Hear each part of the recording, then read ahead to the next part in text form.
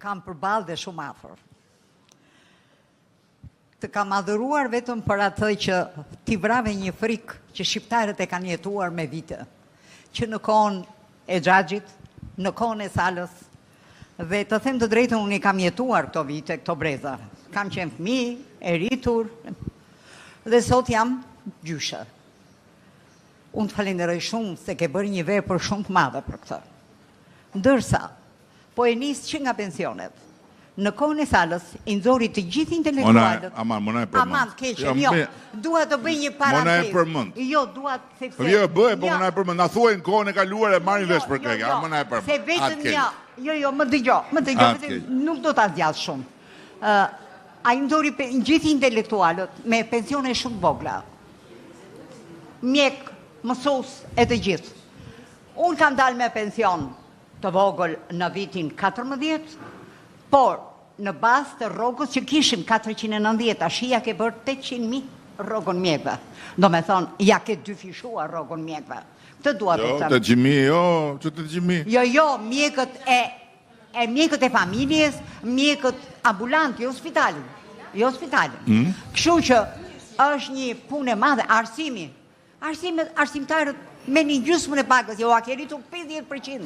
Dëgjoj Xhan, mjeku i përgjithshëm sot në Shqipëri është 1.2. Sot paga mesatare në Shqipëri, totalja, është 928 euro. Paga mesatare në sistemin publik është mbi 1.000 euro. Tani, a është mjaftueshëm, asnjëherë nuk është mjaftueshëm, por pardje, isha në Vlorë, se unë lëviz shumë, se unë s'kam vetëm një bulevard vajte ardhje, isha në Vlorë, kamarierët 1.000 euro, të deklaruara dhe 50 euro mesatarisht çdo ditë bakshish, kamarierët. Dhe unë sfidoj këdo të dalit më provoj, të më gjej mua një vend në Bregdet. Në Bregdet në Qeparo. Ku paguhet në hotel një person për atë punë që bën më pak se sa në Greqi, edhe të ma tregoj. Sanitaria merrte 1.200 euro në Qeparo. Sepse isha një vit, më çoj djali. Tashi, me që është e fushës mjekësisë, unë në fushën e mjekësisë kam punuar, djali im mbaroi shkollën në 2010 edhe e mbaroi në Stamboll. Doli me mesatare shumë të mirë edhe kërkoi punë. Më kërkuan 6.000 euro. Unë nuk mund t'i jepja këto 6.000 euro sepse unë isha një krye familjare që porisja 2 fëmijë dhe bëja 2 punë. Dhe doli problemi i Gjermanisë, mam tha, atë vjen keq që unë të ikësh i thash të shikosh jetën tënde. Pra, fajtor për emigrimin e fëmijëve nuk jeni juve, Edi Rama. Është që në 2010-ën emigrimi i rinis. Unë dëgjoj të them diçka. Se edhe kjo është një temë që meriton të diskutohet. Unë nuk mendoj që këtu ka fajtor një herë të parë. Unë mendoj që duhet ta ndajmë këtë gjë. O bëm gjën e duhur që dolëm nga bunkeri, ose bëm gabim se ishim mirë gjithë bashkë në bunker. Në momenti që ne dolëm nga bunkeri, si vendi më i prapambetur i Europës, me diferencë shumë të madhe nga vendet ish-komuniste, ne hymë në një sfidë tjetër dhe natyrisht që vendi do kohën e vetë që të arrijë që të bëj që njerëzit ta kenë pastaj ikje një çështje të thjeshtë, zgjedhje se larg qoftë që njerëzit të rinë të gjithë në një vend, se kjo është botë gjithmonë më e vogël dhe njerëzit lëvizin gjithmonë më shumë, por që ta ketë zgjedhje jo të detyruar.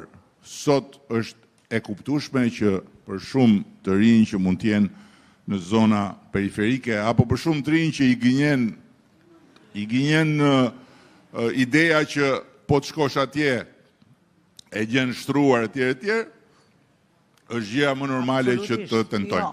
Dhe ne nuk kemi fare pse të bëjmë shkencë. Kjo i ka ndodhur të gjithë vendeve që kanë dalë nga komunizmi, dhe po të shikosh vendet që sot e kanë kapërcyer përfundimisht të shkuarën dhe janë tani vende që kanë pozicion shumë dinjitos në Bashkimin Evropian, Polonia, Republika Çeke, Slovakia, Hungaria, në ato vende është koha e kthimeve. Sot është koha e kthimeve. Sepse tani ata janë në gjendje që t'ju ofrojnë njerëzve të njëjta standarde. Natyrisht që këtu nuk është çështje pake vetëm. Unë e kuptoj shumë mirë, këtu nuk është çështje pake, këtu është çështja e arsimit, këtu është çështja e shëndetësisë, këtu është çështja e shërbimeve të tjera, etj. Dhe për të gjitha këto ne kemi akoma hendek për të mbyllur. Por s'është faj i njërit apo i tjetrit, është një periudhë historike që siç e kanë kaluar gjithë do e kalojmë dhe ne. Ashtu është. Jo, unë desha të thoja këtë që ai vërtet iku dhe juve e rregulluat shëndetësinë që të rinjt të punojnë mjek këtu, dhe kjo është një kthesë e madhe për shtetin socialist. Por djali gjithmonë më pyet, si shkojnë punët, ka mall për Shqipërinë. Thot, unë do vi një ditë, mamë, të vish i them unë. Të vish t'i shërbesh njerëzve të tu, t'i shërbesh Shqipërisë. Edhe më shikon kështu, të them të drejtën, ka mall për fëmijët e mi se i kam larg, por mua në 97 më kalon pasoja. Unë humba njeriu më të shtrenjtë në 97 dhe nuk dua të përsëritet. Dhe kur i shikoj ata të rinj që të riqen qorrazi, dua t'ju flas me zemrën e një nëne. Kujdes, se mund të bini dhe viktima të njerëzve që kanë pikësyny shumë qia për Shqipërinë. Prandaj, thritini mendjes edhe shikoni kush është mbrapa këtyre organizatorëve që nuk ua njohin as fytyrën, që duan të përmbysin sistemin. E di ç'më ndodhi, e di po ta them edhe këtë dhe do ta mbyll. Isha në Lezjata, po tash nuk i prishet qefi. Të mirë qefi. Po i prishet qefi shoqeve i kanë tavolinë, mua jo. Të uroj shëndet e gjithë të mirat. Të falenderoj. Dua të shtoj një gjë këtu. Tani, ne jemi në fund të rrugës që na e kanë sjell fati, se janë bashkuar shumë rrethana, ku mund të realizojmë atë që ishte pa imagjinueshme për tu realizuar konkretisht dhe për tu bërë realitet i Shqipërisë i shqiptarëve, antarësimin Bashkimin Evropian. Tani ne çdo ditë duhet bëjmë detyra dhe t'i raportojmë atje. Dhe këtu nuk është çështja të përmbyset, se këtu e para njëherë nuk ka asgjë për të përmbysur, dhe e dyta, kush mendon se mund ta përmbysi, gabon. Këtu çështja është të përmirësohet në vijimësi. Ne i kemi vendosur shumë gjëra në vijë dhe ka shumë gjëra që të vëna në vijë që duhet shtyrë më tutje.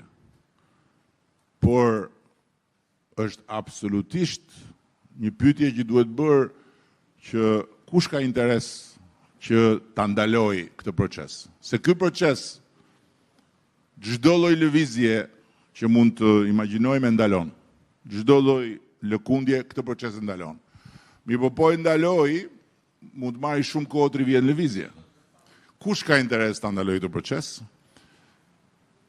Këtë proces ka interes ta ndalojnë në mënyrë të vetëdijshme forca që nuk duan që Ballkani të ndahet përfundimisht nga e shkuara dhe të ankorohet përfundimisht Bashkimin Evropian.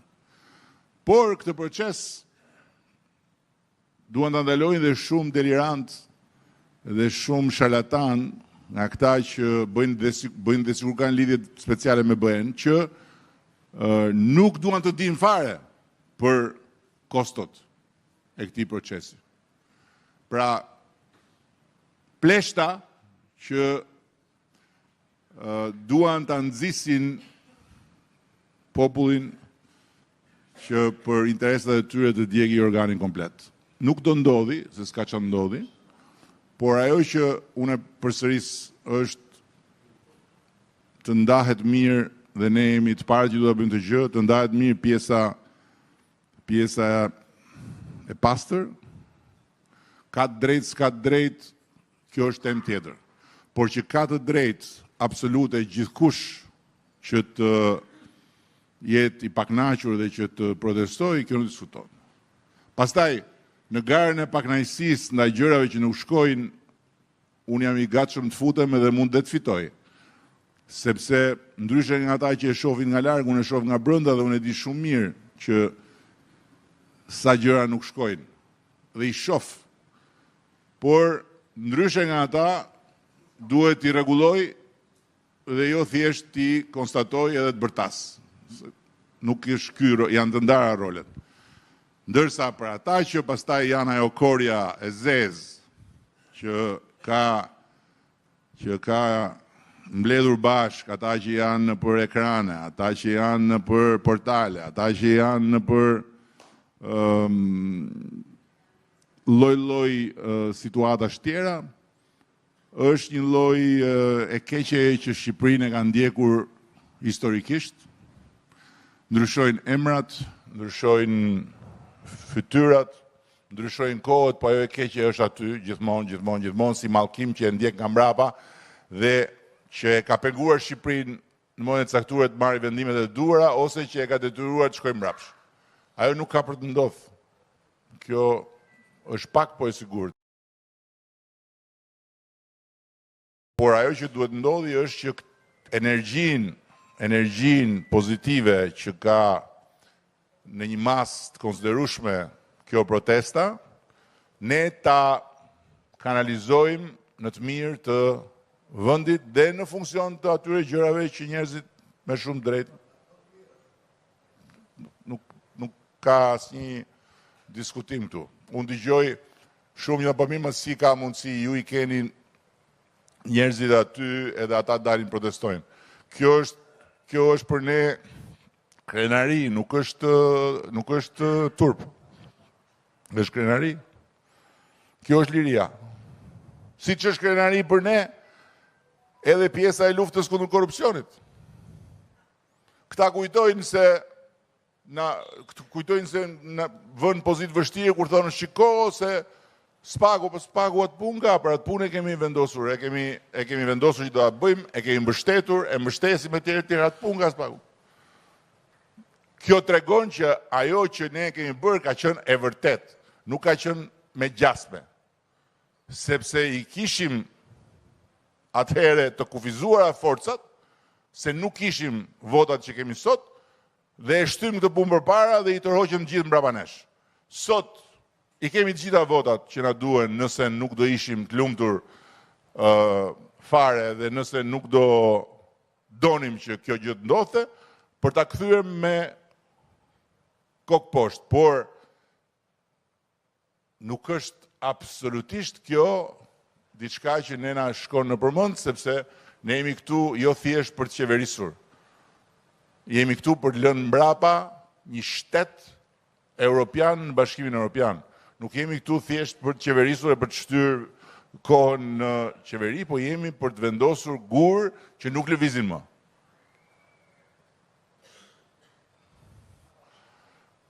Edhe një burr do flasim duket.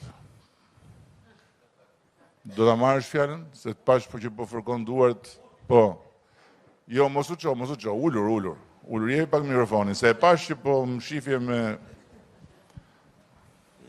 Faleminderit shumë. Është bërë një propagandë madhe nga ana e mediave, duke vjell vrerë. Dua t'ju informoj, megjithëse ju dini shumë mirë, gjithë këto kanalet të radio televizionit shqiptar e të tjera, pse nuk punojnë kaq shumë për të kundërvënë drejt këtyre thashe themeve, këtyre poshtërsive që ata i nxjerrin gjatë gjithë ditës e gjithë natës, pse qëndronin kaq në heshtje, por me probleme kulturore, sportive që duhen. Për shembull, vetëm kjo biseda që ju bët këtu me gjithë ministrin është shumë, do me thënë se, kur të do me thënë se do të thotë që ne që jemi këtu i kuptuam gjërat shumë mirë, shumë drejt, dhe televizioni, radio do flasin për ditë, për gjithë këto arritje. Një vendim, një ditë është bërë mbledhje e qeverisë dhe kanë nxjerrë gjithë këto vendime kaq do me thënë se në interes të publikut, të popullit. Partia Socialiste dhe qeveria e saj e mban fjalën.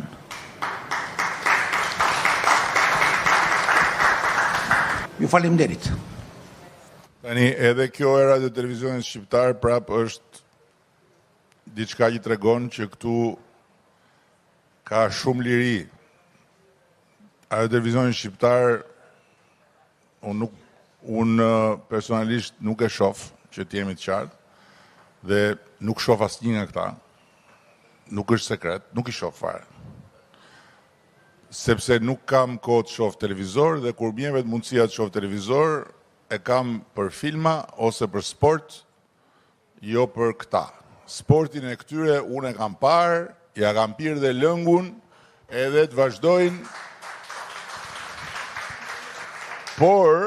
Por, një gjë e di unë, për shembull, që një nga zërat më të qerë për cilat fole, qiret sepse ka probleme mëdha me ligjin edhe me shtetin. Probleme mëdha me ligjin dhe me shtetin, që duhet i zgjidhë drejtësia.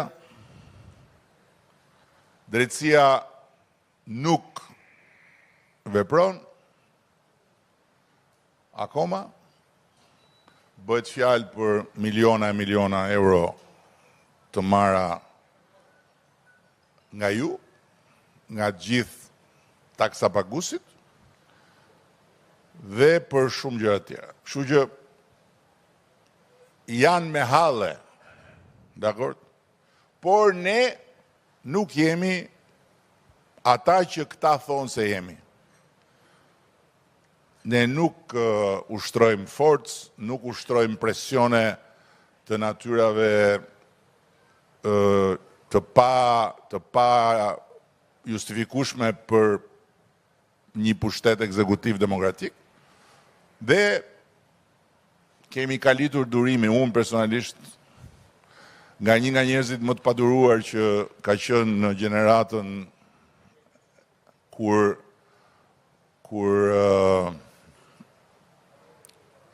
krijoja probleme, jam bërë një nga njerëzit më të durueshëm sepse duhet durosh. Duhet bërë puna, duhet parë objektivi, duhet parë ajo maja që duhet shkojmë, nuk duhet shfokusuar shumë. Dhe duhet ndihmuar njerëzit që të ndajnë në këtë situatë, të ndajnë veten me gjithë të drejtën e tyre që kanë për të qenë të pakënaqur, për të qenë të zemëruar, për të qenë në protest, jo fizikisht atje dhe bëjnë mirë që nuk po shkojnë më atje, se atje ka vetëm halle. Ka vetëm halle që mund të krijohen, i keni parë vetë, lloj fytyrash problematike me të shkuar shumë të errët, por që janë shpirtërisht pjesë e kësaj gjëje. Duhet ndarë këta me ata që kanë, dhe është e çuditshme si janë bashkuar të gjitha llojet e çudirave atje. Që nga ata lunatikët neo-marksist, tek ata që janë neofashist. Se nuk ka brirë neofashizmi. Të thua që ka ardhur koha e plumbit, nuk ka brirë neofashizmi.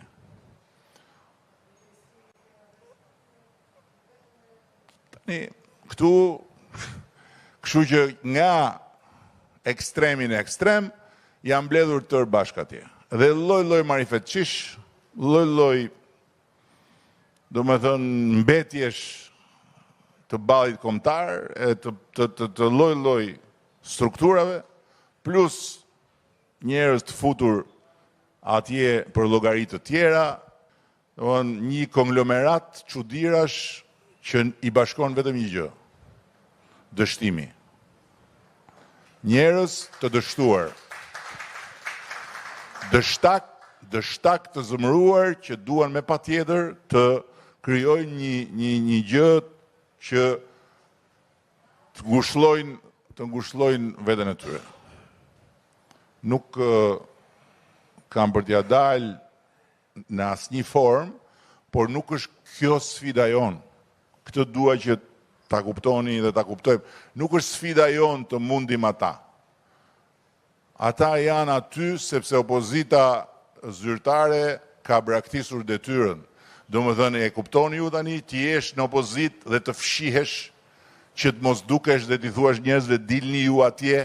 Domethënë, ti jesh një opozit, fytyra e cilës është e papranueshme edhe mes atyre fytyrave që dalin atje, për të marrë peng gjithë protestuesit e tjerë që janë njerëz qytetarë e tjerë. Dhe ky boshllok bën që pastaj të dalin këta. Fundi i fundit të dalë aty sipër. Megjithatë, nuk janë këta problemi. Problemi jonë janë shumica që do përgjigje. Shumica që do përgjigje. Shumica që do adresim të atyre gjërave që nuk shkojnë. Jo të gjitha gjërat mund zgjidhen. Po problemi këtu është që është shumë e vështirë ta përcjellësh të vërtetën.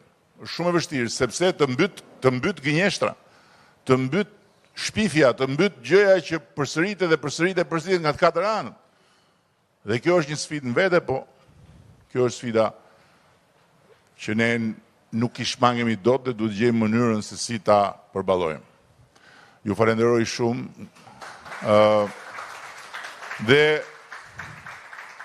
Dhe është e vërtet, ne mbajmë fjalën. Por është po kaq e vërtet që jo të gjitha fjalët mbahen në kohën që ti do t'i mbash, sepse ca gjëra bëhen më shpejt, ca gjëra bëhen më vonë. Vetëm ama një gjë është e sigurt, çdo fjalë që ne e kemi dhënë nuk e harrojmë derisa e mbajmë. Kjo është e sigurt.